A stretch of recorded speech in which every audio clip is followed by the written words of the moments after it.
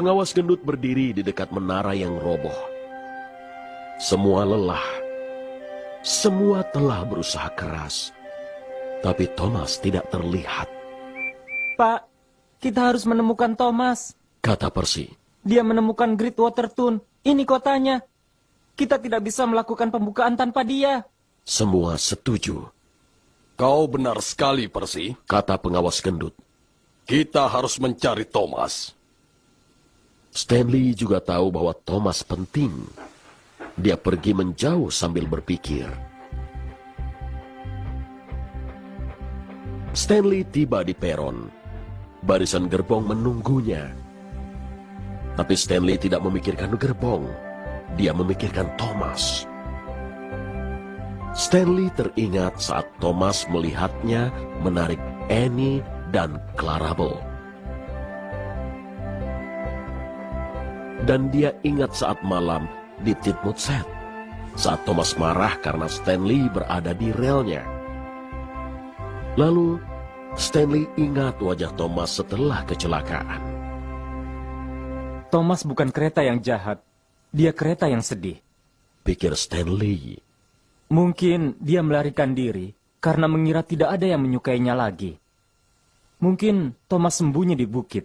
Baiklah, aku akan mencarinya ke sana. Aku harus katakan, kami semua kehilangan dia.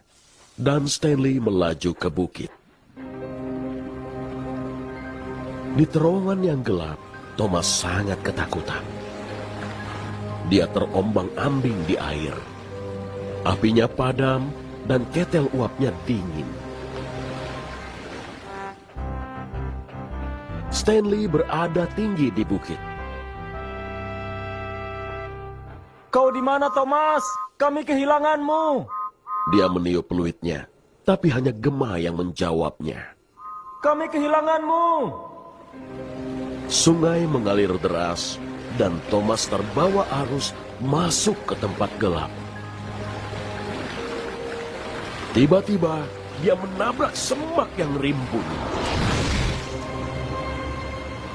Thomas terlempar ke jurang dan jatuh dengan keras. Thomas terguling ke bawah bukit, pohon dan batu di mana-mana. Tolong! Teriak Thomas. Akhirnya, Thomas berhenti di kaki bukit. Dia terjebak. Thomas melihat dia mendarat dekat rel tua. Tapi, bagaimana aku bisa naik ke rel? Tangisnya. Thomas hanya bisa menunggu dan berharap. Stanley mencari kemana-mana. Dia tidak bisa menemukan Thomas. Tidak lama dia harus kembali bekerja di Great Water Tun. Thomas memikirkan Great Water Tun. Dia memikirkan menara. Dan saat gerbong Stanley menabraknya dan menara roboh. Aku menyesal membuat Stanley menarik semua gerbong itu. Aku tidak suka dia melakukan pekerjaanku. Dan sekarang inilah akibatnya. Aku kereta yang bodoh. Katanya sedih. Thomas ingin bersama teman-temannya lagi.